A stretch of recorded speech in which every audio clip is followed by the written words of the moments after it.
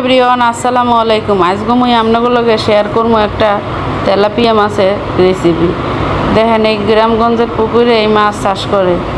এই আমরা ঢাকা মেডিসিনাল মাছ কিনে খাই, বুঝছেন। মাছটা যদিও তাজা আসলে লাফাইছে, যে কাল আনছে মুই কাটতে কুটতে এই যে পিস পিস করে নিলাম মাছটারে। পিস পিস করে এটারে ভালো করে লবণ দিয়ে ভালো করে ধুইছি, লবণ দিয়ে লেবু চিপড়ে ভালো করে মাছটারে ধুয়ে নিছি। ধুয়ে এই যে আমার সাইজ মতো আমি পিস করছি, আপনারা আপনাকেও পছন্দ মতো কাটতে নেবেন। আমি আমার পছন্দ মতো কাটছি, কাটতে ভালো করে ধুইয়া একদম ফ্রেশ করে নিছি। এখন এটার মধ্যে হলুদ, মরিচ, লবণ এগুলো দিয়ে মাখাম।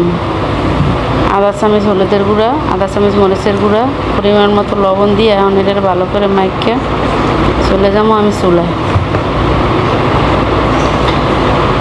চুলায় যে একটা কড়াইতে তেল দিয়ে দিছি, তেলটা গরম হইলে এর মধ্যে দিয়ে দেবো সবগুলো মাছ।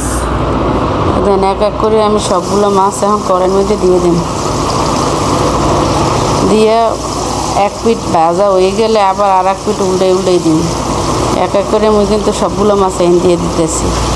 আপনারা যে যেখান থেকে আমার ভিডিওটি দেখছেন সবাই আমার চ্যানেলটি সাবস্ক্রাইব করবেন এবং পরবর্তী ভিডিও পাওয়ার জন্য নোটিফিকেশন বেলটি অন করে দিবেন। যাদের আমার ভিডিও ভালো না লাগে তারাও দেখতে থাকুন, দেখতে দেখতে একসময় ভালো লাগা ভালোবাসা তৈরি হবে। এই দেখেন আমার মাছ সবগুলো দিয়ে দিছি, এক পিঠ হয়ে গেছে। এখন আমি মাছটা উল্টাই নেবো আস্তে আস্তে। দেখেন এই আস্তে আস্তে এই যে খুন্তিতে উল্টাই যেতে আছি। আপনারা ঢাকার মানুষেরা বা বিভিন্ন দেশের মানুষেরা এটারে একজনেরা এক রকমের ভাষা কন, মোরা এটারে কই খুন্তি। মাছগুলো আমার হয়ে গেছে, উল্টাই নিয়েছি। এই মাছ ভাজা তেলের মধ্যে আমি দিয়ে দিছি পেঁয়াজ। ওই তেলেই আমি রান্না করবো। মাছ যেই তেলে ভাজি করছি ওই তেল দিয়েই আমি পুরো মাছটা রান্না করবো। এর মধ্যে আর কোনো তেল আমি দিব না। পেঁয়াজগুলো ভাজিয়ে আমি দিয়ে দিছি একটু পানি। এখন দিয়ে দেবো মরিচের গুঁড়ো, এক চামচ মরিচের গুঁড়ো দিছি। এখন এর মধ্যে আধা চামচ হলুদের গুঁড়ো দিছি, আধা চামচের একটু বেশি দিছি হলুদের গুঁড়ো। এখন দিয়ে দিলাম পরিমাণ মতো লবণ। এবার দিয়ে দেবো এর মধ্যে লাড়াচাড়া দিয়ে এটার আগে কিন্তু একটু পানি দিয়ে লইছিলাম যাতে মশলাগুলো না পড়ে। এখন আমি এটার ভালো করে লাড়িয়ে দিলাম,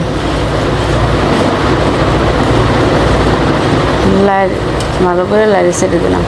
মুই কিন্তু এটার মধ্যে একটু আদা রসুন বাটাও দিচ্ছি, যেটা স্কিপ করছি আপনাকে দেখাইতে ভুলে গেছিলাম, দেখাইতে পারিনি। অল্প একটু আদা রসুন বাটাও দিয়েছিলাম অফ ক্যামেরায়, আপনাকে দেখাইতে পারিনি। দিয়ে দিলাম আমার সবগুলো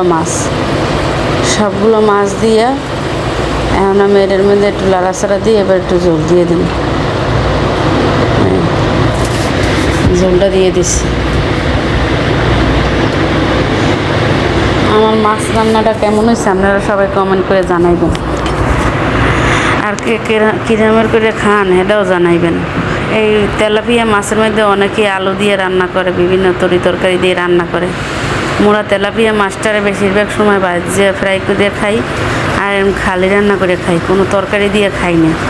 তরকারি দিয়ে খাইলে এই ঢাকার এই তেলাপিয়া মাছ একসার গন্ধ পাই, এর লেগে এই মাছ তরকারি দিয়ে রাঁধি না। তা যতই তাজাও কাল লাফাও, এই মাছটা যে কাল আনছে কাল একসার লাফাইছে। আমার মাছ রান্না প্রায় হয়ে গেছে, শেষের পর্যায়ে। দেখেন ঢাকনার উপরে একটু লাড়া দিয়ে দিতে আসি।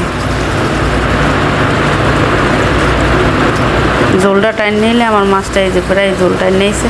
একটু জিরে গুঁড়ো এটার মধ্যে দিয়ে দিছি, যেটা ক্যামেরায় এই যে দেওয়ার কারণে জিরে গুঁড়োটা দেওয়ার সময় দেখা যায় না।